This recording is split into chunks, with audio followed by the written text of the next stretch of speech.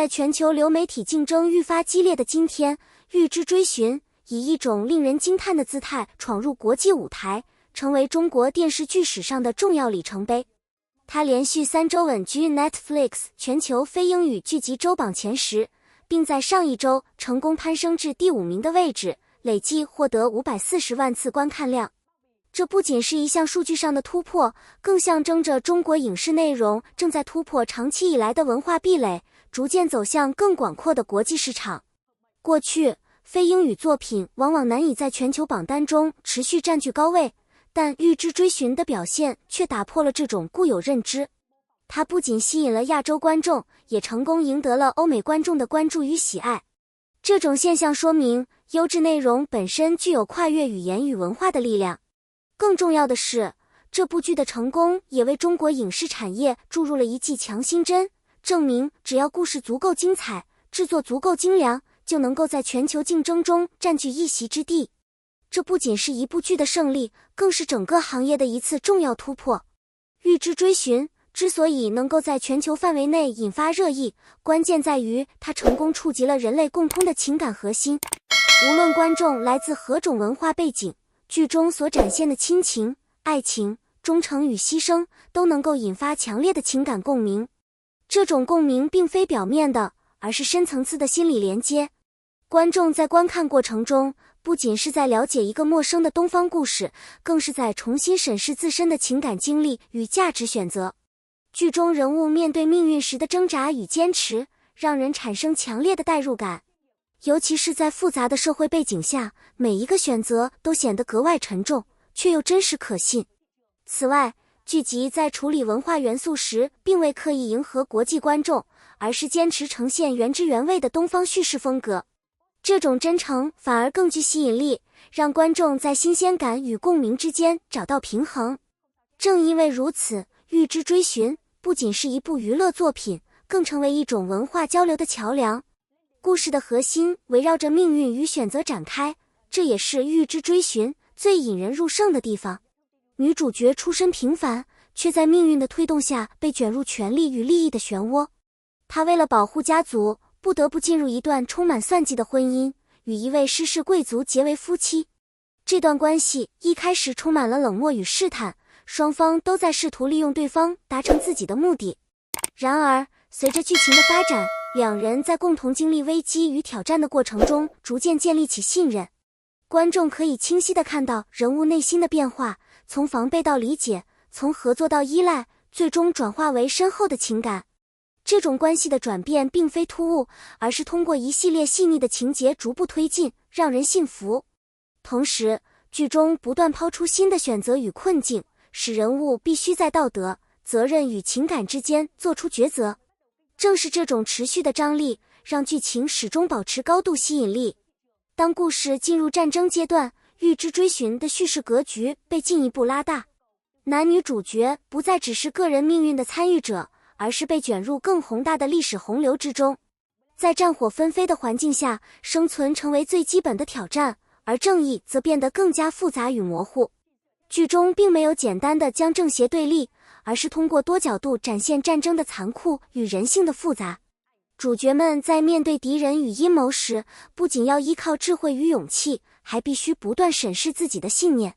他们所追求的不仅是胜利，更是对真相的追寻与对尊严的守护。每一次战斗，每一个决定都伴随着巨大的代价。这种沉重感让观众深刻体会到，正义从来不是轻而易举就能获得的。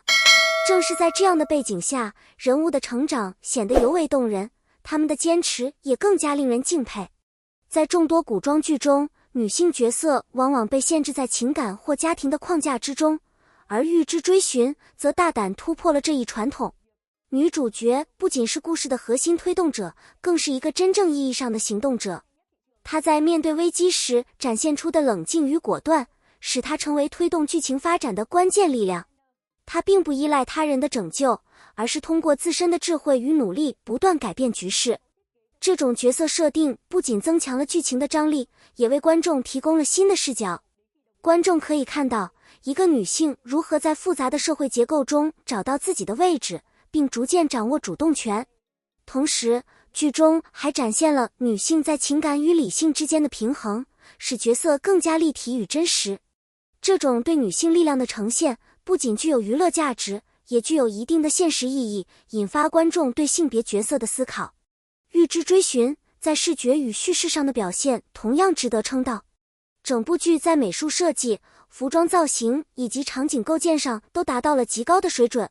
每一帧画面都仿佛经过精心雕琢，既展现出历史的厚重感，又不失艺术的美感。色彩的运用尤为出色，通过冷暖对比强化情绪表达，使观众在视觉上获得强烈的冲击。同时，镜头语言细腻而富有节奏感，能够精准地捕捉人物的情绪变化。在叙事方面，剧集采用多线并进的结构，使故事更加丰富且层次分明。不同角色的视角交织在一起，形成复杂而有序的叙事网络。这种方式不仅增强了剧情的深度，也提高了观众的参与感，让人不自觉地沉浸其中。欲之追寻的成功不仅是一次个体作品的胜利，更标志着中国电视剧在国际市场上的重要突破。过去，中国影视作品在海外传播时常面临文化差异与市场壁垒，而这部剧的表现证明，这些障碍并非不可逾越。通过高质量的制作与具有普世价值的故事，中国电视剧完全有能力在全球范围内获得认可。这一成功也为行业树立了新的标杆，激励更多创作者尝试走向国际舞台。同时，它还促进了不同文化之间的交流，使观众在欣赏剧情的同时，也能更深入地了解中国文化。这种影响是深远而持久的，有望推动整个行业进入一个新的发展阶段。当一部作品成为爆款，它已经赢得了关注，但当它被反复讨论、不断解读，它才有机会成为经典。欲之追寻正站在这个关键的分界点上。它的成功不仅来自紧凑的剧情与精致的制作，更来自其内在的思想张力，关于命运、选择、正义与身份的持续探讨，使它具备被长期回味的价值。从观众反馈来看，这部剧已经开始产生二次传播效应。观众不再只是观看剧情，而是主动分析人物动机，解读隐含象征，甚至在社交平台上形成讨论社群。这种现象通常只出现在具有深度的作品之中，因为只有当内容足够丰富时，观众才愿意投入更多时间去理解与分享。这种持续性的讨论是作品迈向经典的重要标志。未来，如果欲之追寻能够在续作或类似题材中保持同样的创作水准，并进一步深化人物与主题，它极有可能成为中国电视剧在全球范围内的代表性 IP。更重要的是，它已经为行业打开了一条路径，不依赖单一类型，不追逐短期流量，而是通过扎实的内容与真实的情感建立长期价值。可以说，欲之追寻不仅在讲述一个关于荣耀与复仇的故事，它本身也正在书写属于中国影视的新时代篇章。而观众正是这个时代最重要的见证者与参与者。感谢大家观看本期内容。如果你也被欲之追寻的精彩故事所吸引，欢迎在评论区分享你的看法与最喜欢的剧情片段。别忘了点赞、转发，并订阅我们的频道，让更多人一起见证优秀作品的诞生。你的每一次支持都是我们持续创作的动力。我们下期再见。长记版